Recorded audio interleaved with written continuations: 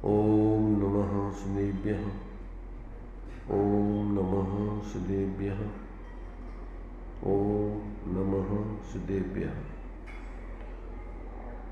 मंगलम भगवान वीरो मंगलम गौतमोमणि मंगलम कुंद कुंदाद्यो जैन धर्मोस्तु मंगलम सर्वमंगल मांगल्यम सर्वकल्याणकारकम प्रधानम सर्वधर्माणां जैनम जयतु शासनम जैनम जयतु शासनम देहचता जैनी दशा मरते देहाती ते ज्ञानी न चरण मां बंधन हो अग्नि ते ज्ञानी ना चरण मां बंधन हो अग्नि।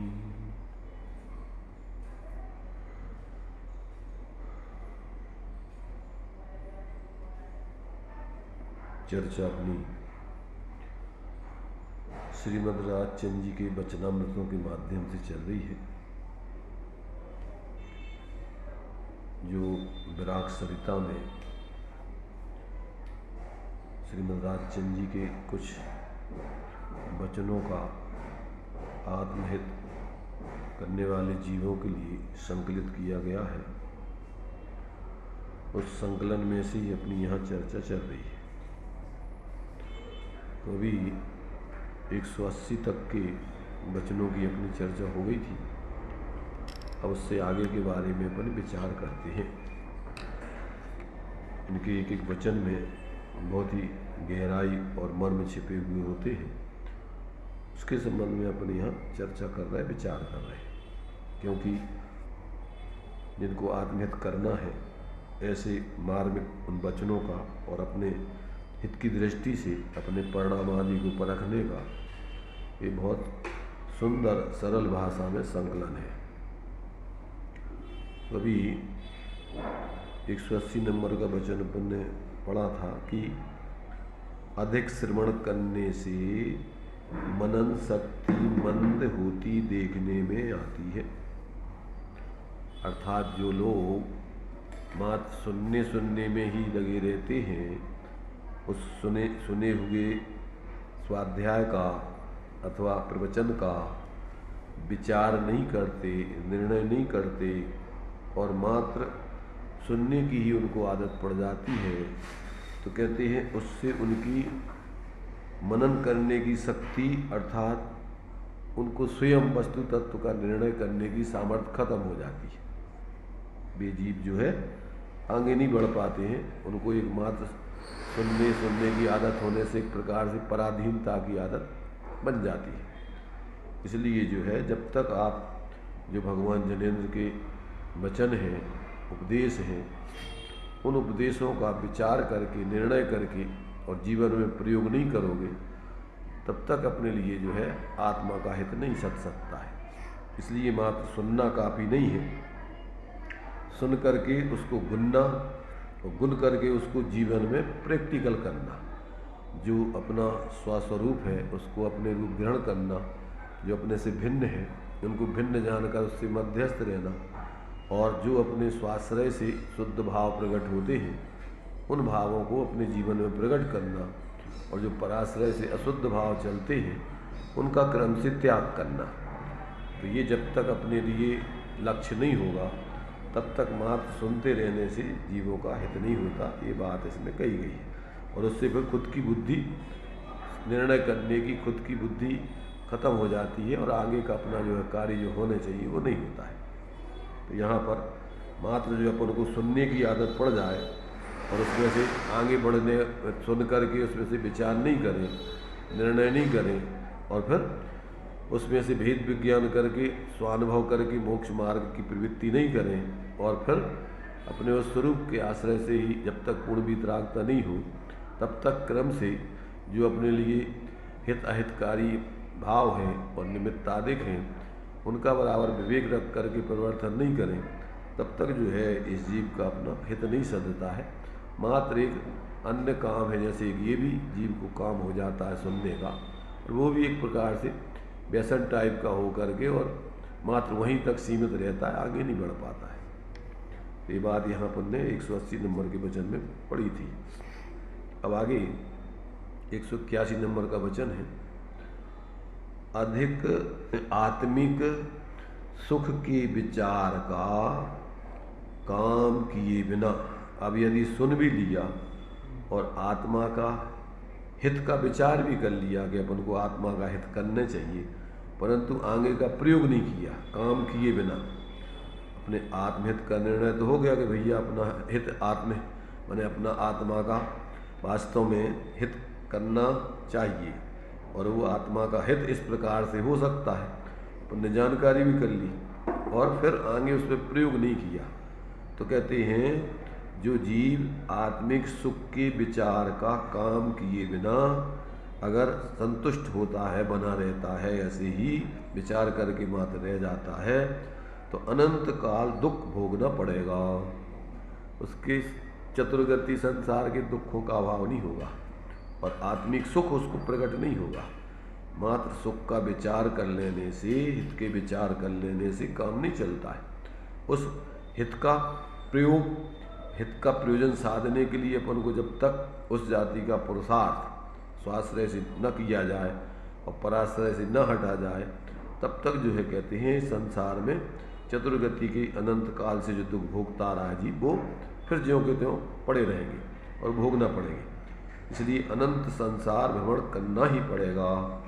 यह बात जरूरत की नहीं लगती है। जीवों को अभी जैसे भूख लगने पर भोजन जरूरत का लगता है, उसके बिना लगता है कि हम मर जाएंगे अगर भोजन नहीं करेंगे, पानी नहीं पिएंगे, वायु श्वास नहीं लेंगे तो मर जाएंगे। ऐसे उसको अपना आत्महित करने का कि जब तक हम अपना ऐसा अपने स्वरूप की आराधना करके और पूर्ण वितराग दशा प्राप्त नहीं करेंगे, तब तक हमारा वास्तव में सच्चा सुख, शाश्वत सुख, यथार्थ सुख हमें प्राप्त नहीं होगा।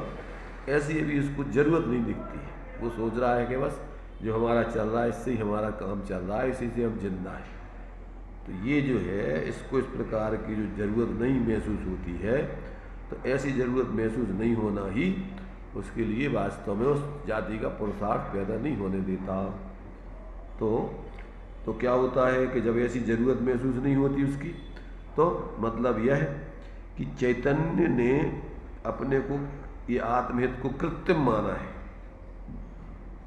मतलब यह है चैतन्य ने कृत्रिम माना है, सत्य माना नहीं इस बात को। इस बात को ऐसे ही माना कि ठीक है, ये तो कह दिया है कि आत्मा का हित ऐसे होता है, ऐसा करना चाहिए, उसको वास्तविक नहीं माना उसने ऐसे ही कह दिया। जैसे लोग वाक सामान्य और बातें कह देते हैं जो अप्रयोजनभूत है, ऐसी इन बातों को भी उसने वास्तव में प्रयोजनभूत नहीं माना, सत्य नहीं माना, एकमात्र औपचारिक मान करके रह जाता है।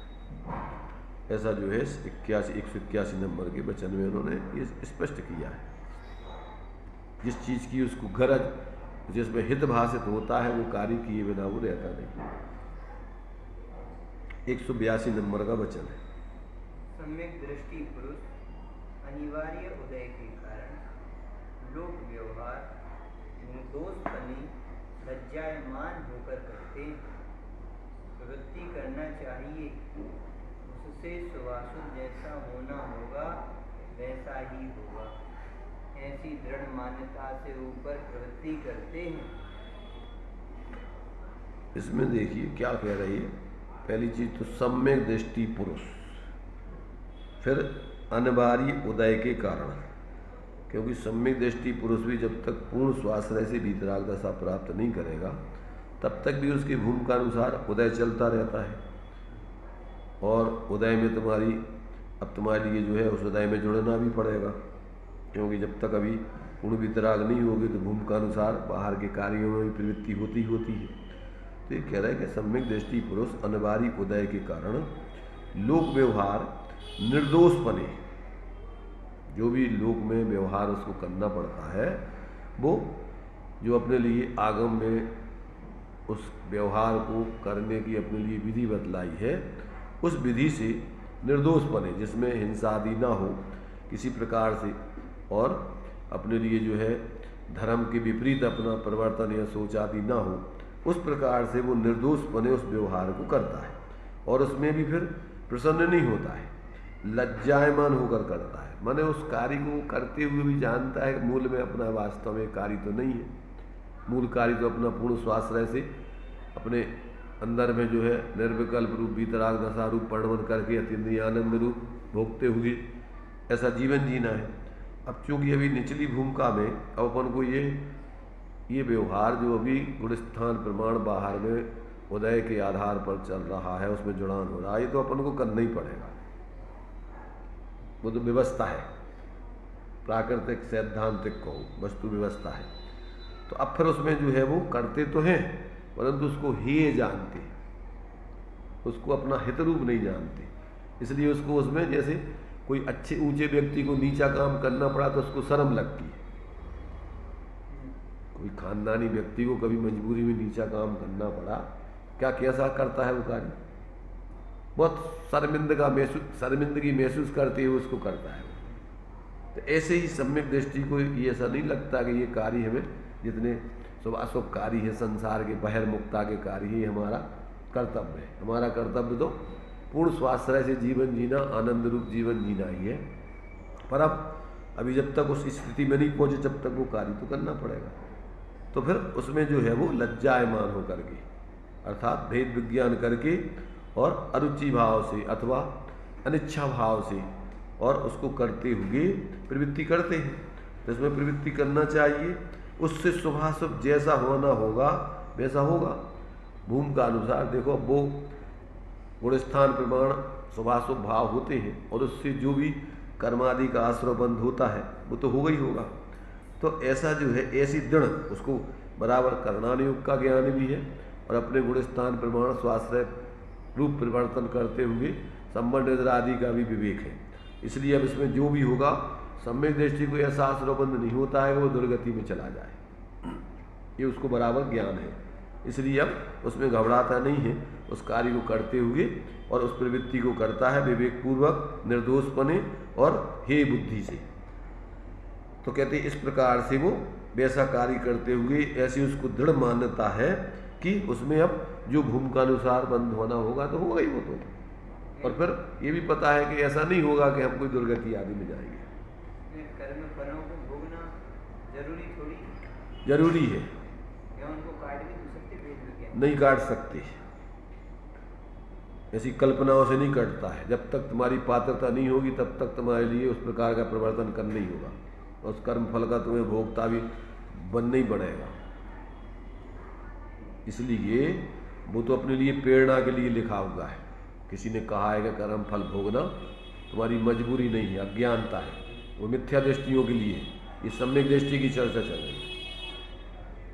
सम्यक दृष्टि को ऐसा नहीं है कि हमारे लिए माने कर्म फल के उदय में भूमिका अनुसार बिना जुड़े काम चल जाएगा। वो जानता है कि अनिवार्य रूप से हमें उस उदय में प्रवृत्ति करना होगी, परंतु विवेकपूर्वक और हे बुद्धि से वो प्रवृत्ति करता है और उसका उदय आता है और उसके लिए उसको व्यवहार से भोगना कहा जाता है। परमार्थ से वो भेद विज्ञान रख करके और उसमें उस जाति का परिवर्तन नहीं करता, पर जितना जुड़ता है उतना तो वो भोगना होता ही है, उतनी तकलीफ भी है उसको, तभी जा करके आगे पूर्ण निवृत्ति करके पूर्ण स्वाश्रय का प्रसाद जागृत रखेगा। तो मिथ्या दृष्टि जो मानता है भैया हम क्या करें, अब कर्म को उदय है वो तो भोगना ही पड़ेगा, तो वो उनकी वो अज्ञानता वाली स्थिति है। वो बात यहाँ नहीं चल रही। कर्म का फल भोगना तुम्हारी कहते हैं मजबूरी नहीं, जरूरी नहीं, वो अज्ञानता है। और ज्ञान जागृत हो जाएगा तो अब कर्म फल का वो अपने को भोगता न जान करके ज्ञाता जानता है एक दृष्टि से।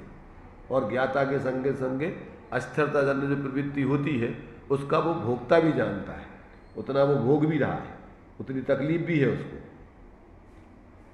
इसलिए वो एकांत दृष्टि से भोगता नहीं है, अनेकांत दृष्टि से कथनचित वो भोगता है उतना। और नहीं मानेगा तो फिर आगे के लिए पुरुषार्थ करके उसके लिए अगर भोगता नहीं है सर्वथा तो क्या होगा कि वो आगे उस जाति का पुरुषार्थ करके उसकी निवृत्ति नहीं करेगा। इसलिए उसमें अनेकांत है, एकांत नहीं है। अज्ञानता पूर्वक का कर्म फल का भोगता नहीं है, उसमें तुम्हें वेद विज्ञान करके और फिर ज्ञातृत्व बुद्धि पूर्वक जितना स्वास्थ्य रहे से तुम अपना आराधना कर सकते हो, उतने तो आप अभोक्ता हो, और जितने आप स्थिरता जन जुड़ोगे उतना तो आपको भोग नहीं पड़ेगा। जानता है वो इतना, ये हमारी मजबूरी है। क्यों उतनी स्थिरता नहीं हो पा रही, तो सहज रूप से जुड़ा। हाँ, सहज रूप से क्या मजबूरी जन है, सहज मतलब उसको व्यवहार से सहज कहो, पर परमार्थ से वो उसकी सहज नहीं है, कृत्रिम है, मजबूरी जन है, अस्थिरता जन, ना चाहते हुए वाली है।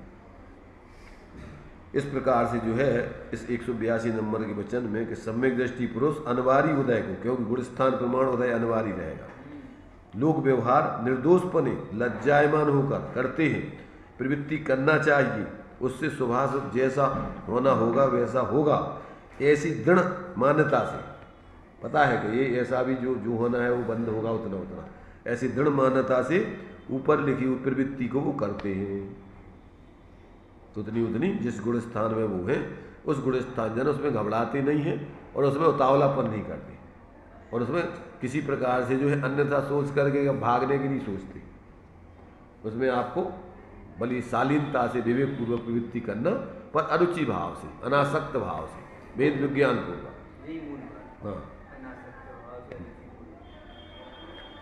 तो इस प्रकार से ये जो है ज्ञानियों के वचनों में अनेकांत दृष्टि से कहाँ कौन सी बात किस विवक्षा से की गई है, बराबर उसको समझना चाहिए। तो यहाँ पर जो है ये 182 नंबर का वचन हो गया। 183 नंबर का वचन है, जब असाता का उदय ना हो तब काम कर लेना, ऐसा ज्ञानी पुरुषों ने जीव की असामर्थ्य देखकर कहा है कि जिससे उदय आने पर चलित ना हो। इसमें क्या मतलब है कि भाई ये तो अपने लिए यहाँ जो ये बतला रहे हैं कि जब तक असाता का उदय ना हो तब तक काम कर लेना चाहिए। जो अपन बोलते जो लो न रोग जरा गहे तो लो झटत निज हित करो, तो ये सामान्य से उपदेश है। क्यों?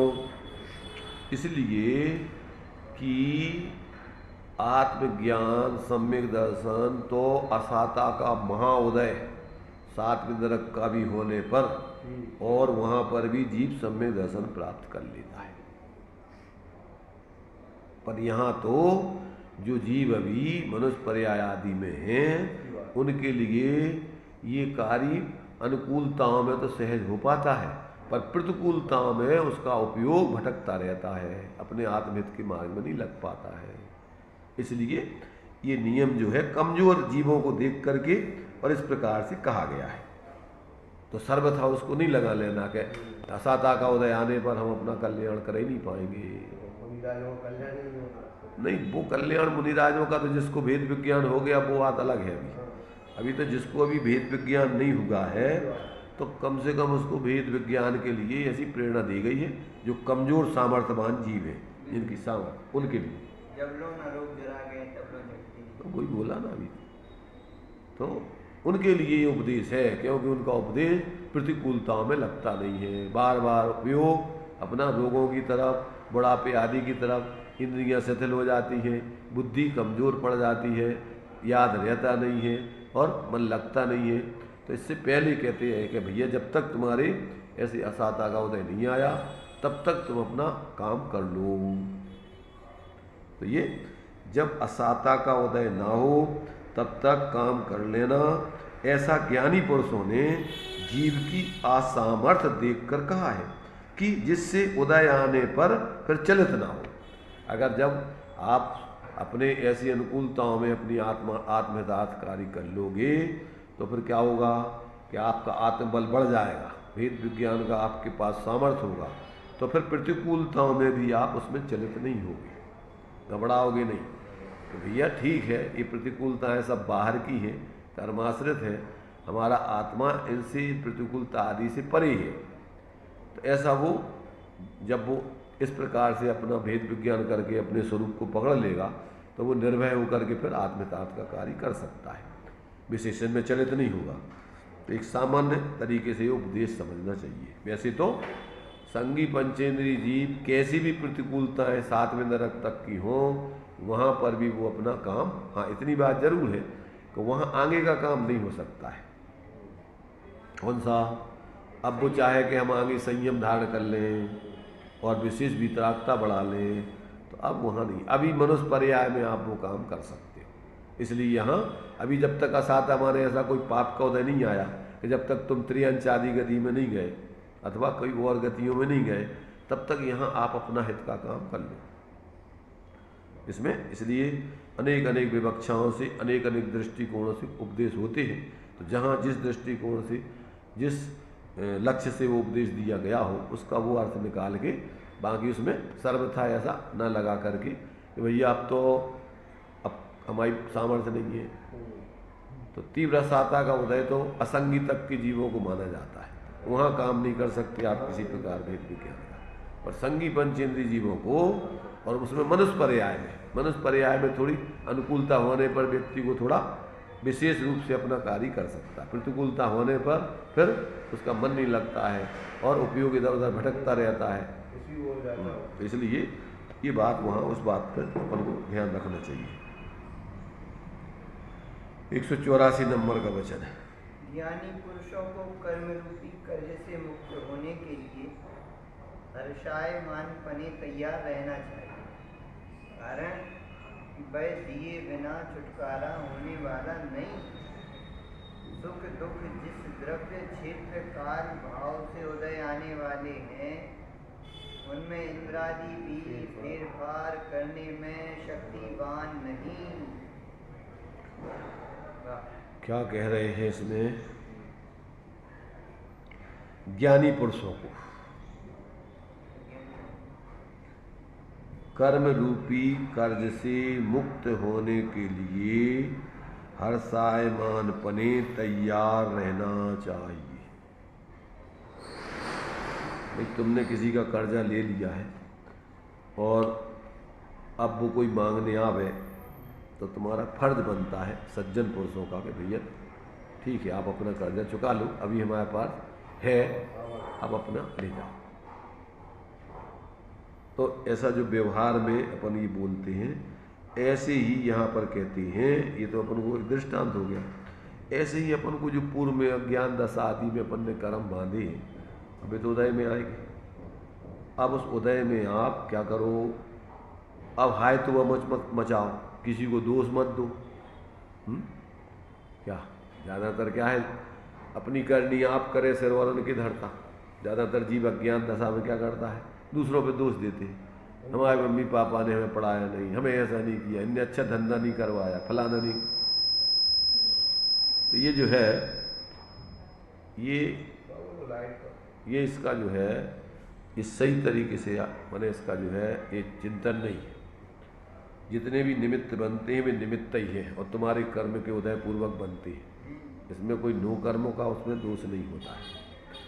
इसलिए ज्ञानी पुरुष इसको समझते हैं कि भैया जो हमने किए स्वयं किए जो कर्म शुभाशुभ फल निश्चय ही भी देते, स्वयं करे फल अन्य दे तो स्वयं किए निष्फल होते। अपने कर्म सिवाय जीव को कोई न फल देता, कुछ भी पर देता है यह विचार तज स्थिर हो छोड़ प्रमादी बुद्धि। तो ये ज्ञानी जीवों को तो ऐसा भेद विज्ञान होता है, इसलिए कोई भी परिस्थिति का आरोपण वो किसी अन्य पर नहीं करता। वो परिस्थिति हमारे द्वारा ही की गई पूर्वकृत कर्मों के उदय की परिस्थिति है। इसलिए इसमें अब अपन को उस परिस्थिति से निवृत्ति करना है। अगर ऐसी परिस्थिति आगे नहीं चाहिए, अब इसमें अपन समता रखें, भेद विज्ञान रखें, आए तो वह न मचावे परिणाम न बिगाड़े, इष्ट अनिष्ट की कल्पना ना करें। तो ये बराबर अपन को उस कर्म के उदय में समता रख करके उसकी निर्जरा करने चाहिए। ये कह रहे हैं कि उस बंधे हुए कर्म को आगे के लिए और परिणाम बिगाड़ के नया कर्म नहीं बांधना चाहिए, और वर्तमान अपने परिणाम बिगाड़ के अपना वर्तमान का समय क्या है खराब नहीं करना चाहिए, आकुलता आदि में प्रवृत्ति नहीं करनी चाहिए। ये कह रहा है कि भैया ज्ञानी पुरुषों को कर्म रूपी कर्ज से मुक्त होने के लिए हर सहायमान तैयार रहना चाहिए। कैसे? दुखी हो के नहीं।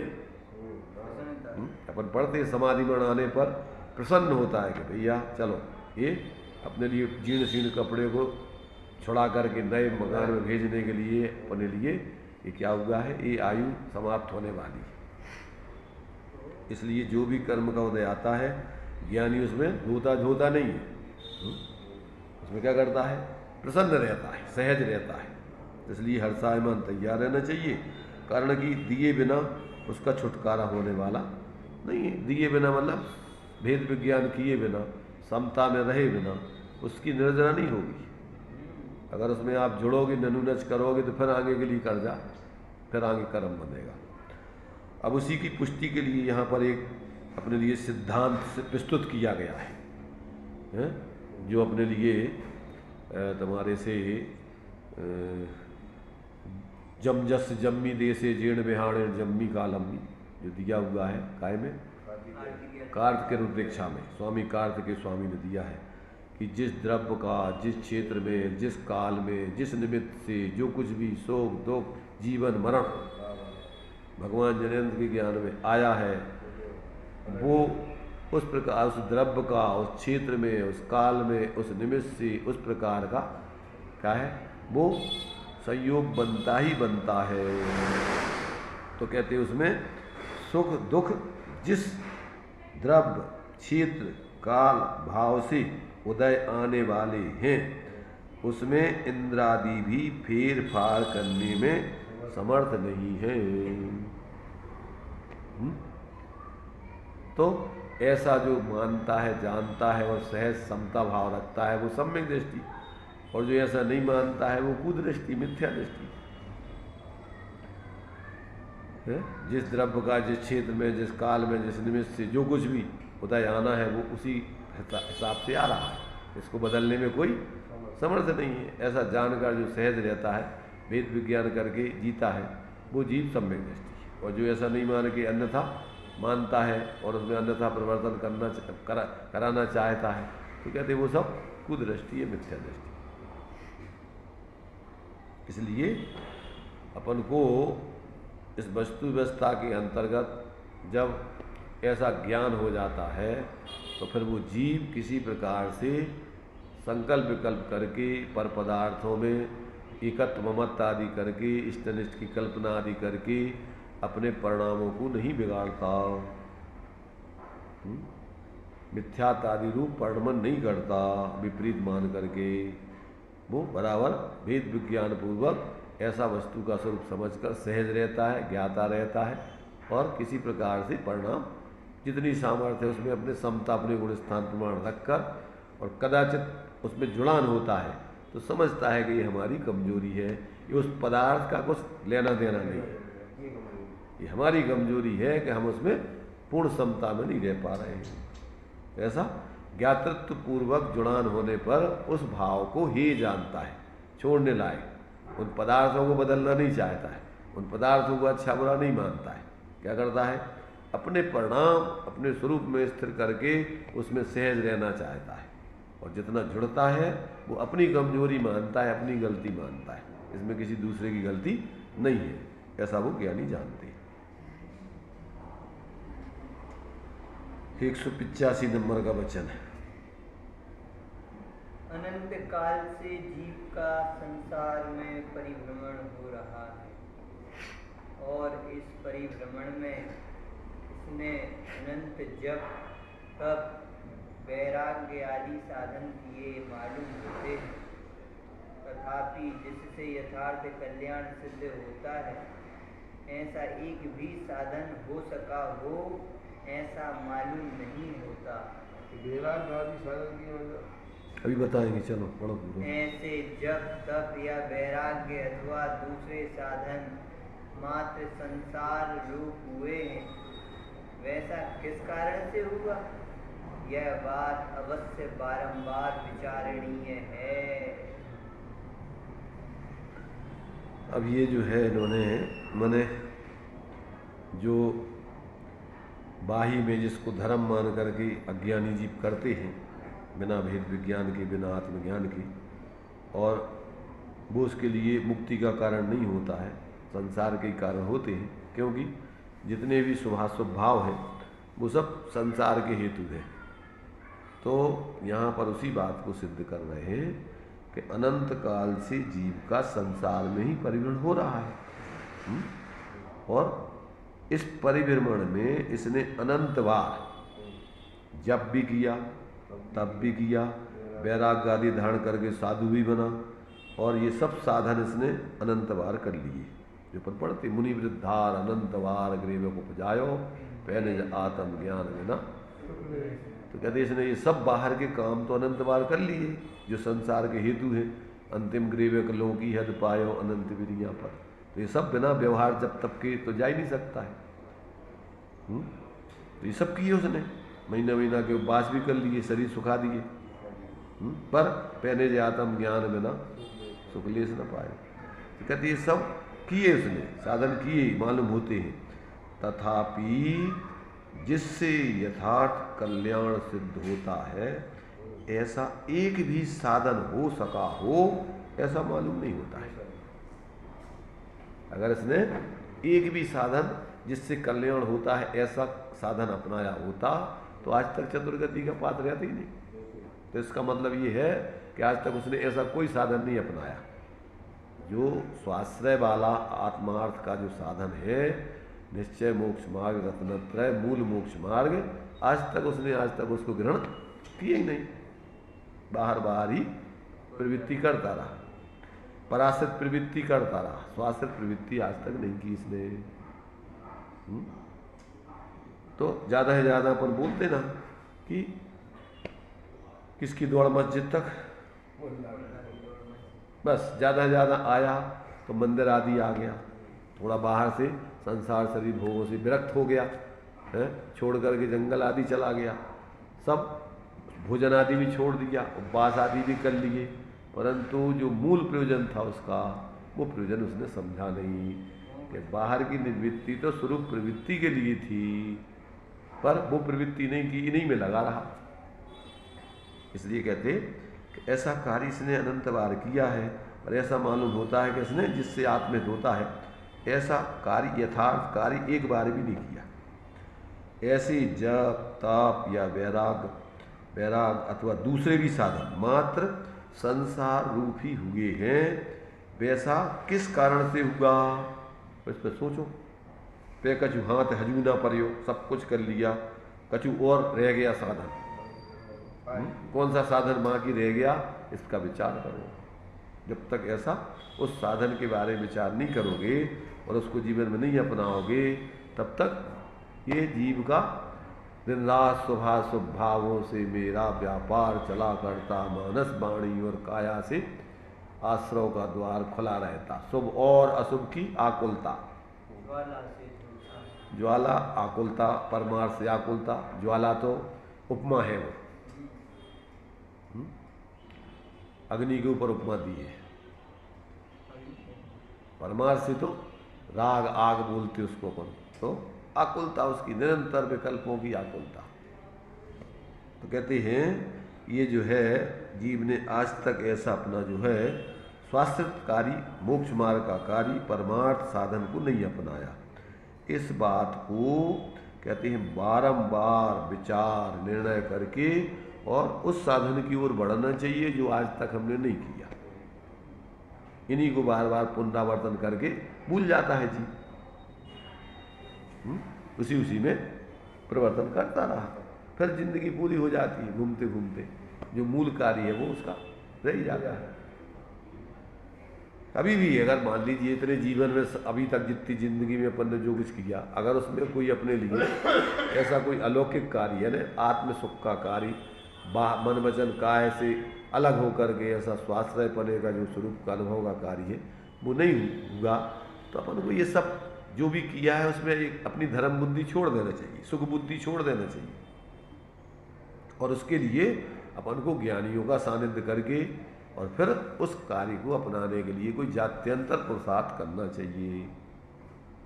बहुत मुश्किल है, क्योंकि भीड़ चारों तरफ मोही जीवों की है, उन्हीं से घिरा रहता है और एक दूसरे को वो उपदेश भी करते रहते हैं। पर आज तक ऐसा जो है उसने ज्ञानियों का सानिध्य करके आत्महित के उपदेश का पुरुषार्थ नहीं किया, तो वो कार्य यहाँ करने की इन्होंने प्रेरणा दी है। 186 नंबर का वचन है।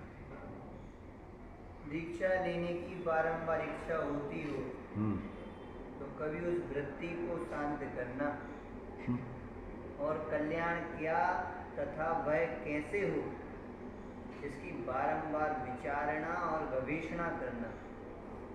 इस प्रकार अनंत काल से भूल होती आई है, इसलिए अत्यंत विचार से कदम उठाना योग्य है। वाह। तो क्या कह रही है कि भाई देखो, अभी तक तुमने ये सब काम कर लिए मनमाने तरीके से अथवा अज्ञानी जीवों के सानिध्य में या उनके नेतृत्व में, पर आज तक तुमने जो मूल कार्य है वो नहीं किया। उस मूल कार्य को करने के लिए आपको घर गृहस्थी छोड़ के भागने की जरूरत नहीं है। अभी तो पहले उस मूल कार्य को समझ करके, और वो कार्य आपका जहाँ हो वहाँ रह के हो सकता है अभी, और वहाँ जब वो कार्य हो जाए तो फिर आगे के लिए कह रही है तो कि अभी तुम्हारे लिए अगर दीक्षा आदि लेने की भावना पैदा होती हो, इच्छा आती हो बारंबार, तो अभी उसको शांत करना। क्यों कि बिना आत्मबोध के तुम्हारे लिए अज्ञानता में, ऐसी भावुकता में दीक्षा तुमने अनंत बार ले ली और उससे कोई कल्याण नहीं। और एक बार जीव ऐसी मिथ्या प्रवृत्ति में फंस जाए तो फिर उसको छोड़ पाना बहुत मुश्किल है। और लोक व्यवहार में भी एक बार तुमने अगर कोई भी बाह्य व्रत आदि धारण कर लिए और फिर छोड़ दो तो लोगों की नज़रों में तुम्हें ऐसे लगता है कि भ्रष्ट हो गए। सबसे पहले क्या होता फिर? लोक भय। उस लोक भय के कारण से फिर तुम उससे हटके फिर कोई काम नहीं कर पाओगे, उसी में उलझे रहोगे। इसलिए ये तो अनुभव की सारी बातें बता रहे हैं कि अज्ञानी जीव कहाँ कहाँ फंसता है, कैसे कैसे फंसता है, धर्म के नाम पर भी कैसे ठगाया जाता है। इसलिए मूर्खता में, भावुकता से घबरा करके, अकुला करके और घर गृहस्थी छोड़ करके और कहीं ऐसे भाग मत जाना। वहीं रह करके कह रहे हैं कि अभी क्या उस इच्छा होती हो तो उसे उस वृत्ति को शांत करना, और कल्याण क्या है पहले तो कल्याण का स्वरूप समझना तथा वह कैसे होता है उसकी विधि को समझना, इसकी बारंबार विचारना और गवेषणा करना, गहराई से खोज करना। इस प्रकार अनंत काल से भूल होती आई है, ऐसे किया है तुमने। जल्दी से संसार में घबरा करके बाहर के सहयोग आदि से, परिवार आदि से भाग गए तुम छोड़ के। भागने से काम नहीं चलेगा, जागने से काम चलता है। जहाँ हो वहाँ जागृत होकर के फिर जीने का पुरुषार्थ करो, और फिर आगे क्रम से धैर्यपूर्वक गंभीरता से फिर अपने लिए वैराग्य बढ़ा बने, अपने लिए आगे के लिए जो दिया है, मोह तिमिराप हरने दर्शन लाभात बाप संज्ञाना और राग द्वेष निर्वृत्ति चरणम प्रतिपद्यते साधु। मोह तिमिर के हटने पर ही दृष्टि ज्ञान सद लाभ मिले, तभी संत वह राग द्वेष के नाश हेतु आचरण करे। फिर आगे की निर्वृत्ति का वैराग का मार्ग आगे का है। पर जब तक आपको अभी सही आत्महित का स्वरूप और उसका प्राप्त करने का सही उपाय समझ में नहीं आए, तब तक आप जल्दबाजी में कहीं भाग करके और संसार से क्या है द्वेष बुद्धि पूर्वक का इस प्रकार का वैराग धारण करके कहीं भाग मत जाना, और घबरा करके अकुला करके कुछ प्रवृत्ति करने लग जाओ व्रत आदि की खेच तान करके, तो उससे कोई कल्याण होने वाला नहीं है। इस प्रकार से यहाँ कह रहे हैं कि इसकी बारंबार विचारना और गवेषणा करना। इस प्रकार अनंत काल से भूल होती आई है, ऐसे ही किया है तुमने। बाहर की निर्वृत्ति लेकर के भाग जाना बहुत सरल है, पर अंदर में प्रवृत्ति करना, सब प्रकार के विकल्पों से निवृत्त होकर के निर्विकल्प स्वरूप की आराधना करना, इसके लिए उपयोग बहुत सूक्ष्म चाहिए, धैर्य चाहिए और भूमि का अनुसार विवेक चाहिए।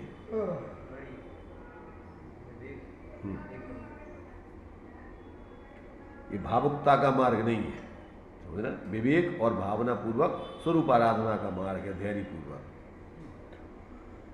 तो इस प्रकार से इसलिए अत्यंत विचार से कदम उठाना योग्य है, क्योंकि वर्तमान का काल बहुत विचित्र काल है, विसंगतिपूर्ण काल है। चारों तरफ धर्म के नाम पर सारे लोग अपने अपने मनमाने तरीके से परिवर्तन कर रहे हैं और अज्ञानी जीवों का इस काल में नेतृत्व चल रहा है और बहुमत के आधार पर लोग धर्म जान रहे हैं। भीड़ इकट्ठी करने के चक्कर में क्या है, लोगों को बाह्य सुविधाएं आदि दे करके, अनुकूलताएं दे करके, प्रलोभन आदि देकर और अपने अपने धर्म के संप्रदाय में शामिल करना चाहते हैं।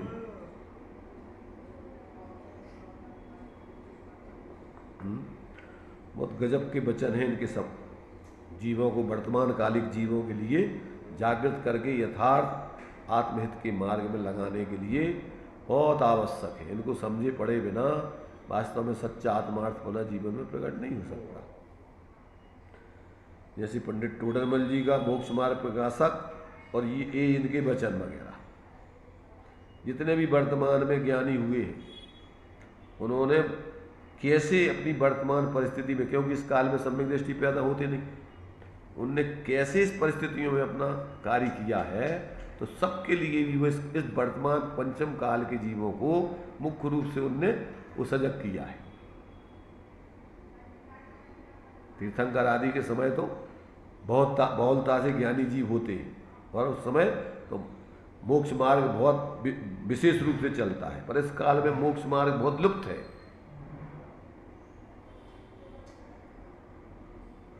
इस प्रकार से इनके वचनों में अपने लिए वास्तव में गजब की प्रेरणा है और उसको अपन ध्यान से सुने, समझे और अपने जीवन में देखें। और अपन यदि आत्महित के मार्ग में लगना चाह रहे हैं या लगे हुए हैं तो देखें कि हम कहाँ खड़े हैं, कहीं हम भ्रम में तो नहीं है। तो इस प्रकार से ये अभी अपने 81 से 186 तक करके वचनों की अपन ने विशेष गवेषणा को चिंतन मनन किया। तो अपन सोचें, सब अपने अपने जीवन पर घटित करें।